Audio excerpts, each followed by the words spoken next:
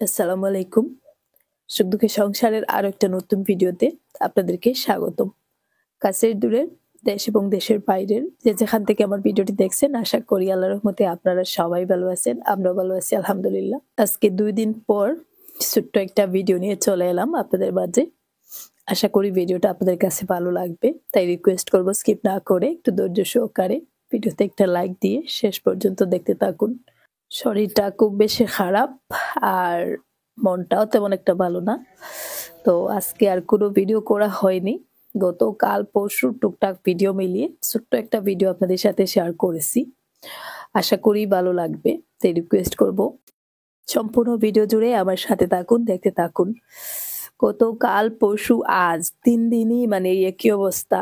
সকাল থেকে বিকাল পর্যন্ত দেখা যায় রোদ নেই। সারাদিন কুয়াশা থাকে আর এত ঠান্ডা মানে শরীর খারাপ করার মতন একটা ওয়েদার ছিল।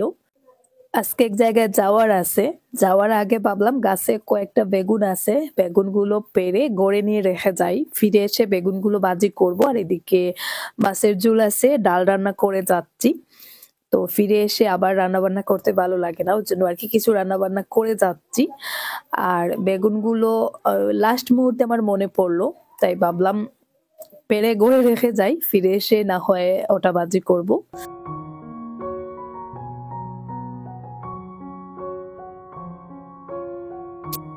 বেশি একটা বেগুন হয়নি। এই হাতে গোনা কয়েকটা বেগুন আছে। তো আগে একদিন গাছ থেকে বেগুন পাড়ছিলাম আর আজকে এই সেকেন্ড দিন আরকি গাছ থেকে বেগুন পাড়তেছি। গত বছর মোটামুটি ভালোই বেগুন হয়েছিল। আর এই বছর গাছ হয়েছে কিন্তু জানি না কেন গত বছরের মতন ওইবার তেমন একটা বেগুন হচ্ছে না।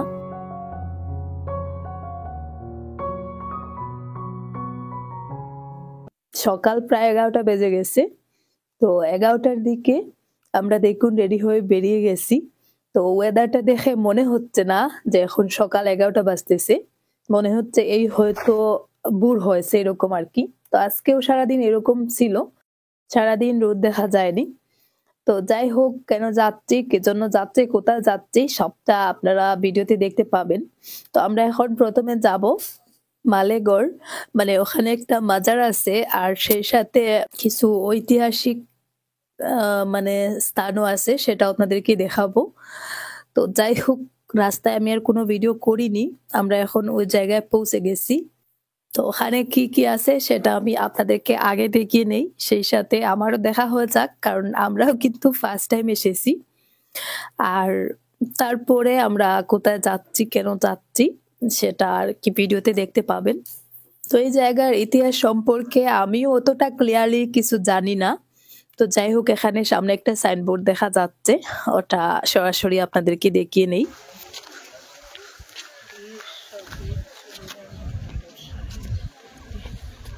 ১৮৫৭ খ্রিস্টাব্দে মালেগড় টিলায় সিপাহী বিদ্রোহীদের যুদ্ধ সংঘটিত হয়েছিল। উক্ত বীর শহীদগণের স্মৃতি রক্ষার্থে কবরস্থানের তত্ত্বাবধানে। তো যাই হোক আমি এখানে যেটুকু বুঝতে পারলাম সেটা তো আপনাদের চোখের সামনে। তো এই উপরে ওখানে কিছু শহীদদের আর কি কবর দেওয়া হয়েছে।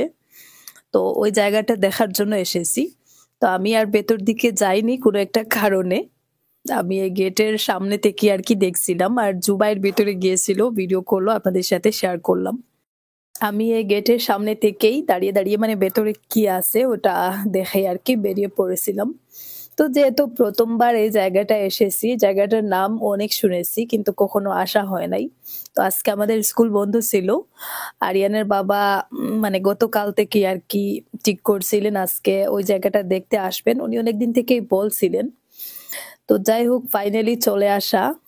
আর এখান থেকে আমাদের আরো একটা কাজ আছে আর কি করিমগঞ্জে। তো সেখানে যাব।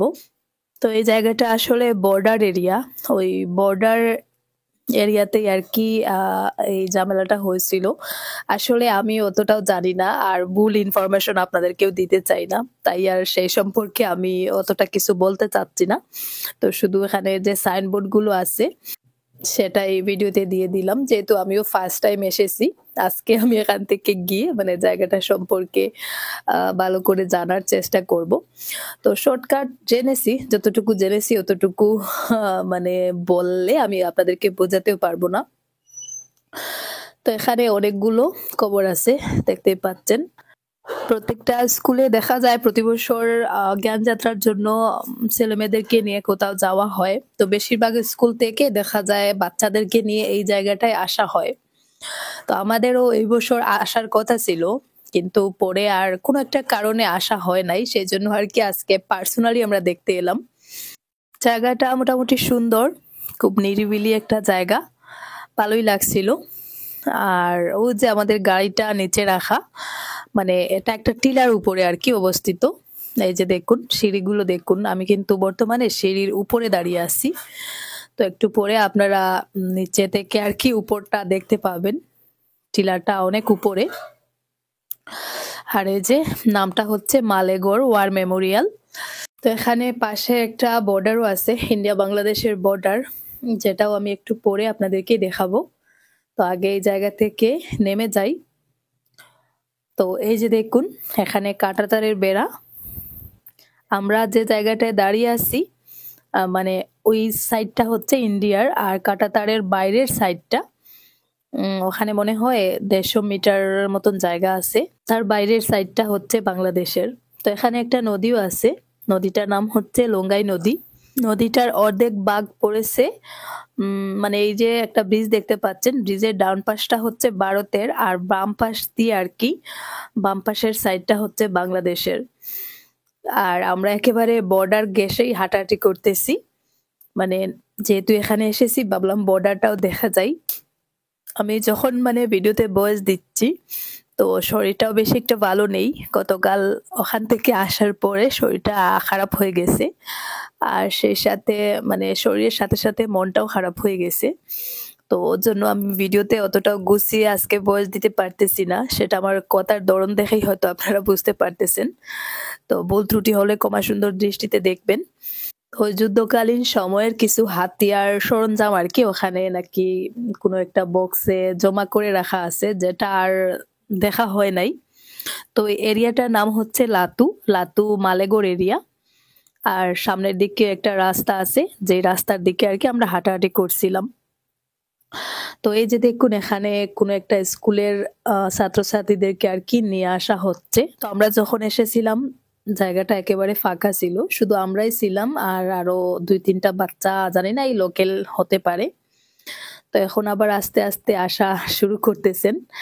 আর ওই যে দেখুন বাংলাদেশের বর্ডার এরিয়া গেছে একটা রাস্তা গেছে, ওইদিকে মানুষজন যাতায়াত করতেছেন।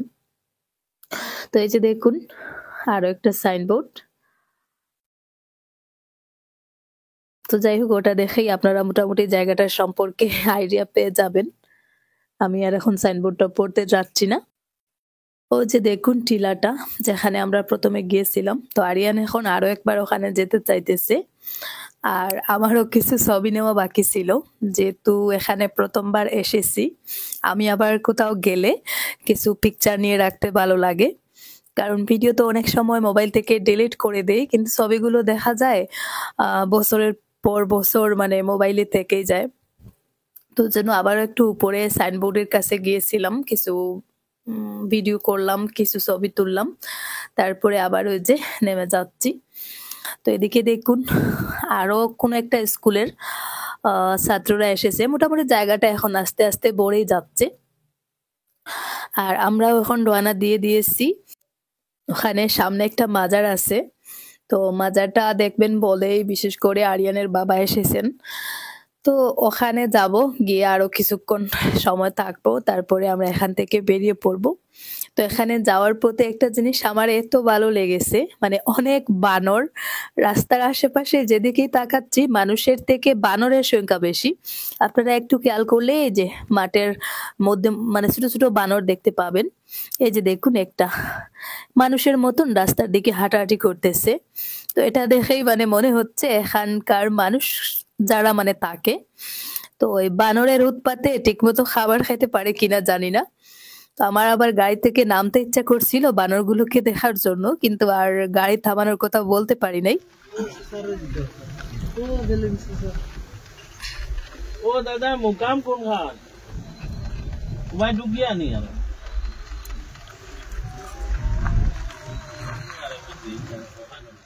তো যাই হোক, আমরা চলে এসেছি এখন ওই মাজারের কাছে। এখানে গাড়ি মোটামুটি পার্কিং এর জায়গা ছিল, গাড়ি পার্ক করে সামনের দিকে যাচ্ছি। এখানেও কিন্তু আমি ভেতরে প্রবেশ করব না, যেহেতু এখানেও একটা কবরস্থান আছে, আর সেজন্য আমি বাইরে থেকে আর কি দেখাই আবার ফিরে যাব। আরিয়ানের বাবা ভেতরে যাবেন, হয়তো কবর জিয়ারত করবেন। আর আরিয়ান আবার কিছু একটা খেতে চাইছিল, তো ওর জন্য আমি এখানে একটা দোকান পেলাম, দোকান থেকে ওকে কিছু খাবার কিনে দিলাম। আর এই সামান্য আর কি সামনের জায়গাটায় ঢুকেছিলাম, ঢুকেই এখানে দেখলাম প্রচুর মানুষের ভিড়। তো আর সামনের দিকে যেতে ইচ্ছা করলো না, ওখান থেকেই বেরিয়ে পড়েছি। আরিয়ানের বাবার পেছন পেছন জুবাইয়ের ভেতরে গিয়েছিল, ও টুকটাক ভিডিও করলো, তাই আপনাদের সাথে শেয়ার করতে পারলাম। তো জুবাইয়ের ভিডিও করতে গেলে দেখা যায় ভিডিওগুলোতে একটু ভূমিকম্প চলতেই থাকে। ও হেঁটে হেঁটে ভিডিও করে ক্যামেরার পজিশনটা মানে ঠিকঠাক ধরে রাখতে পারে না। আমি এই সামনের অংশ থেকেই বেরিয়ে গেছি। প্রথমবার এসেছি, ভাবলাম আশেপাশে কি আছে না আছে সেটা অন্তত দেখে যাই। খুব বেশি ঠান্ডা ছিল, আর সেই সাথে মানে গাড়ির বাতাসের কারণে মনে হয় আরো বেশি অসুস্থ হয়ে পড়েছি। ঠান্ডা লেগেছে, গলাটাও বসে গেছে। তো আজকে ভাবছিলাম ভিডিও দিব না, তারপরে ভাবলাম গতকালকেও ভিডিও দেওয়া হয়নি। তো অনেকে আবার ভিডিও না দিলে টেনশন করেন, হোয়াটসঅ্যাপে মেসেজ দেন যে আপু ভিডিও দিচ্ছ না কেন, অপেক্ষায় আছি। সেজন্য ভাবলাম ছোট্ট হলেও যেভাবেই হোক ভয়েস দিয়ে ভিডিওটা দিয়ে দিই। ইনশাল্লাহ সামনের দিন থেকে আবারও ছোট্ট হলেও একটা ভিডিও মানে রেগুলার অন্তত ভিডিও দেওয়ার চেষ্টা করব। ভিডিওতে বেশ অনিয়ম চলতেছে, দেখা যায় একদিন দিলে একদিন দেওয়া হয় না, আরেকদিন দিলে 2 দিন দেওয়া হয় না, এরকম একটা অবস্থা কয়েকদিন থেকে চলতেছে। তো যাই হোক, আমরা এখন এখান থেকে বেরিয়ে পড়বো। বিকাল মনে হয় 3:30 বেজে গেছে, কিন্তু ওয়েদার দেখে মনে হচ্ছে না। তো ওখান থেকে বেরিয়ে আমরা চলে এসেছি করিমগঞ্জ শপিং মলে। তো আরিয়ানের বাবা এখানের উদ্দেশ্যেই স্পেশালি আমাকে নিয়ে এসেছেন। আমাদের স্কুলে 26শে জানুয়ারি উপলক্ষে আর কি বাচ্চাদেরকে দিয়ে একটা খেলার প্রোগ্রাম হবে, মানে খেলাধুলা করানো হবে। তো খেলাধুলার শেষে যে বাচ্চাগুলো বিজয়ী হয় তাদেরকে ছোট ছোট কিছু প্রাইজ দিতে হয়, যেটা প্রতি বছর হয়। আর এইবারও 26 জানুয়ারি উপলক্ষে বাচ্চাদের কিছু খেলাধুলার আয়োজন করা হয়েছে। তো ওদের প্রাইজ গুলো আর কি কেনার জন্য আরিয়ানের বাবা আমাকে নিয়ে এসেছেন। তো মানে একটা রাস্তা 2টা কাজ, ওইদিকে আমাদের একটু ঘোরাফেরাও হয়ে গেল, আর ওইদিকে এখান থেকে আর কি কেনাকাটাটাও হয়ে গেল। তো এখানে কিছু জিনিস বিশেষ করে যে বাচ্চাদের প্রাইজের, যেমন খাতা কলম, তারপরে যে পানির বোতল, তো ইত্যাদি ইত্যাদি আর কি জিনিসগুলো একটু কম দামে পাওয়া যায় আর ভালো মানেরও পাওয়া যায়। তো ওই জন্যই আর কি এখান থেকে কিনা। আর প্রতি বছর মানে ওই খেলার প্রাইজ গুলো আরিয়ানের বাবা আমাকে দিয়েই কিনান, কারণ উনি বলেন যে ওনার অতটা আইডিয়া নেই কি দিলে বাচ্চারা খুশি হবে। তো যাই হোক, আমি এখান থেকে দেখে দেখে আর কি কিছু জিনিস নিচ্ছি, এই যে ছোট ছোট টিফিন বক্স, তারপরে বাচ্চারা যে পানি নিয়ে আসে স্কুলে ওই ছোট ছোট বোতল গুলো, তো ওগুলোই আর কি নিচ্ছিলাম। তার সাথে সাথে মানে বই খাতা পেন্সিল কলম, যার যার আর কি যেটা দেওয়া যায় ছোট বড় সব মিলিয়ে টুকটাক নিচ্ছিলাম। তো খুঁজে খুঁজে ওই জিনিসগুলো বের করতে হচ্ছিল, সব জিনিস তো আর প্রাইজে দেওয়া যায় না।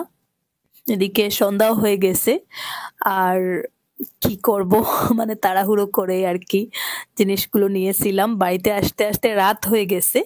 তো আজকে সকালবেলা জুবাইর ক্যামেরাটা একটু অন করেছিল, মানে আরিয়ান এখন কার্টনটা খুলবে এটার মধ্যে কি আছে।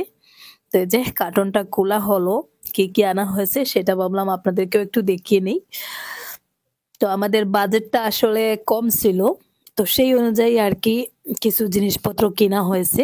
যে যে বাচ্চারা খেলায় অংশগ্রহণ করেছে মানে তাদের আর কি ফার্স্ট প্রাইজ সেকেন্ড প্রাইজ হিসাবে আর কি এখন জিনিসগুলো ওই হিসাবেই লিস্ট করা হবে।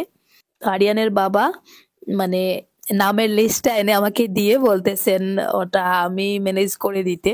তো ওই একটা কারণেই আমি আসলে মানুষটাকে এত প্রাধান্য দেই, কারণ মানুষটা অন্ধের মতন আমাকে বিশ্বাস করে। তো মানে সব সময় ওর ফার্স্ট প্রায়োরিটি হচ্ছে আমি।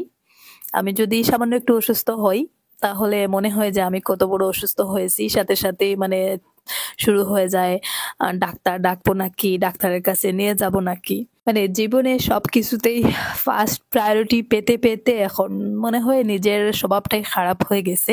কোনো জিনিসে যদি সামান্য অবহেলা দেখি সেটা সহ্য করতে পারি না। বাবার বাড়িতেও থাকা অবস্থায় যেহেতু ভাই বোন সবার ছোট ছিলাম, আদরের ছিলাম, তো বাবা মায়েরও মানে ফার্স্ট প্রায়োরিটিটা আমি পেতাম, ভাই বোনদেরও সবার যে ফার্স্ট প্রায়োরিটি যেটা সেটা আমি পেতাম। বিয়ের পরও হাজব্যান্ডেরও মানে ফার্স্ট প্রায়োরিটি যেটা সেটা আমি পাই।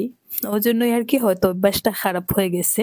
আর ওই কারণে এখন দেখা যায় কেউ যদি আমাকে সামান্য অবহেলা করে সেটা সহ্য করতে পারি না। মানে কারো জীবনে প্রায়োরিটি হয়ে থাকতে চাই, অপশন হয়ে থাকতে চাই না। এটাই হচ্ছে আমার একটা খারাপ অভ্যাস। তো যাই হোক, নিজের সম্পর্কে বলতে গিয়ে হঠাৎ একটু ইমোশনাল হয়ে অন্য প্রসঙ্গে চলে গিয়েছিলাম। তো এখানে বক্সের মধ্যে কি কি ছিল আশা করি আপনারা দেখে নিয়েছেন। তো যদি আরো কিছু কেনার প্রয়োজন হয় তাহলে লোকাল বাজার থেকে কিনা হবে। আপাতত বেশি কিনা হয়নি, কারণ গত বছরে দেখা গেছে বেশি কিনা হয়েছে, পরে কিছু এক্সট্রা হয়ে গিয়েছিল।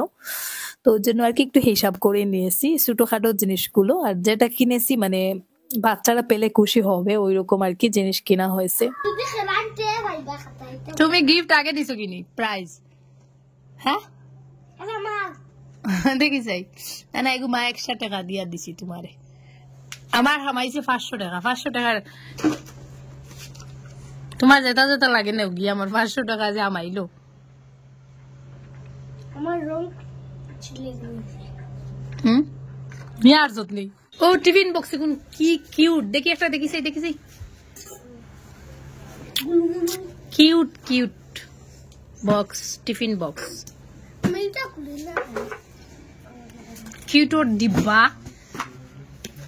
ওয়াইদা খেলাত নাম দিলাম মোটামুটি কিতা কিতা প্রাইজ নিতে অন্ত কি টার্গেট হরি দেও টার্গেট করে চাই কোনটা কোনটা প্রাইজ টার্গেট করতে। তো এখানে আসলে ওই যে খাতাগুলো এমআরপি রেটটা হচ্ছে 50 টাকা, আর বিশাল শপিং মল থেকে আর কি আনায় দেখা গেছে 3টা 99 টাকায় পাওয়া গেছে, মানে একটা সম্পূর্ণ লাভ। তো বিশাল থেকে আর কি দেখে দেখে জিনিস নিলে অনেকটা লাভ হয়। আর কিছু জিনিসের দামটা একটু বেশি থাকে, কিছু জিনিসের দামটা একটু কম থাকে, আর কিছু জিনিসের যেহেতু অফার থাকে। এখানে আরো কিছু ছোট ছোট বালতিও আনা হয়েছিল। যাই হোক, আজকের মতো এই পর্যন্ত। সবাই ভালো থাকুন। আল্লাহ হাফেজ। আসসালামু আলাইকুম।